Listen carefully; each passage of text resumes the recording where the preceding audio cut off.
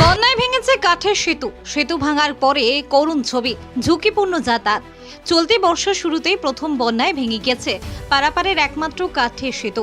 এর ফলে স্কুল আসতে বেশ কয়েক কিলোমিটার ঘুরপথে বা ঝুঁকিপূর্ণভাবে খরস্রোতা শিলাবতী নদীর ওপর দিয়ে অস্থায়ী ড্রাম দিয়ে তৈরি করা ভেলায় আসতে হচ্ছে।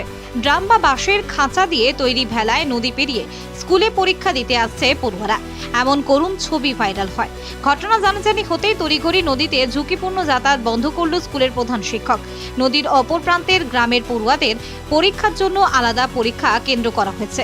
এমন ঘটনা পশ্চিম মেদিনীপুর জেলার চন্দ্রকোনা 2 নম্বর ব্লকের বান্দিপুর 1 নম্বর গ্রাম পঞ্চায়েতের বাগপোতা এলাকায়। বাগপোতা হাই স্কুলে যাতায়াতের জন্য হালদারবের, শ্রীরামপুর, আটঘোড়া, পালংপুর গ্রামের ছাত্রছাত্রীদের শিলাবতী নদী পার হতে হয়।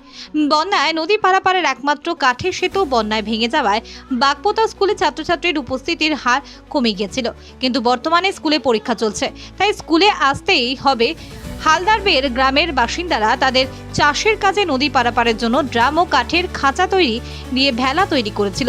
সেই ভেলায় চড়ে হালদারবের গ্রামের পড়ুয়াদের বাগপোতা স্কুলে পরীক্ষা দিতে আসতে দেখা যায়।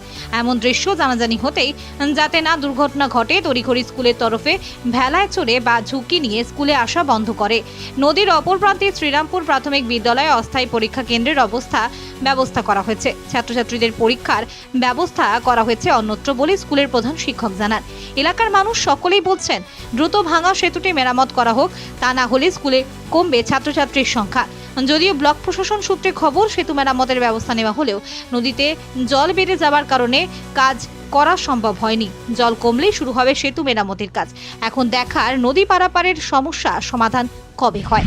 এটাকে আমরা আপাতত ড্রাম পোল নাম দিয়েছি। কারা বানিয়েছে এটা? এটা আমাদের হালদারবেল গ্রামের ছেলেরাই বানিয়েছে। মানে কেন এইভাবে যাতায়াত করার জন্য কেন? এটা আমাদের বাঁশের পোল পার্মানেন্ট থাকে।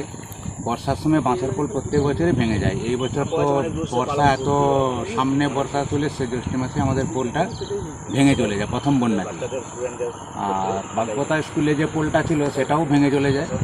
যার জন্য আমাদের এই কৃষি প্রধান দেশ, আমাদের এই নদী পারাপার না হলে আমাদের চাষবাস হবে না। আর স্কুলের ছাত্রছাত্রীরাও আমাদের এই পারাপারের জন্য বাগপোতা স্কুলে যাতায়াত করে লেখাপড়া শিখতে যেতেও পারবেন, স্কুল যেতে পারবেন। তো হঠাৎ করে আমাদের তখন একটা জায়গায় দেখে আসা হলো। দেখে এসে আমরা সিদ্ধান্ত নিলাম যে ড্রাম পোলটা করে দিলে ছাত্রছাত্রীরা পারাপারও করা যাবে এবং আমাদের চাষিদেরও পারাপার হয়ে চাষবাস করা যাবে। এরকম উদ্যোগ নিয়ে আমরা এটা তৈরি করেছি। তো প্রশাসনিক বিভাগ থেকে জানানো হয়েছে, তারা দেখেও যাচ্ছে স্কুলে।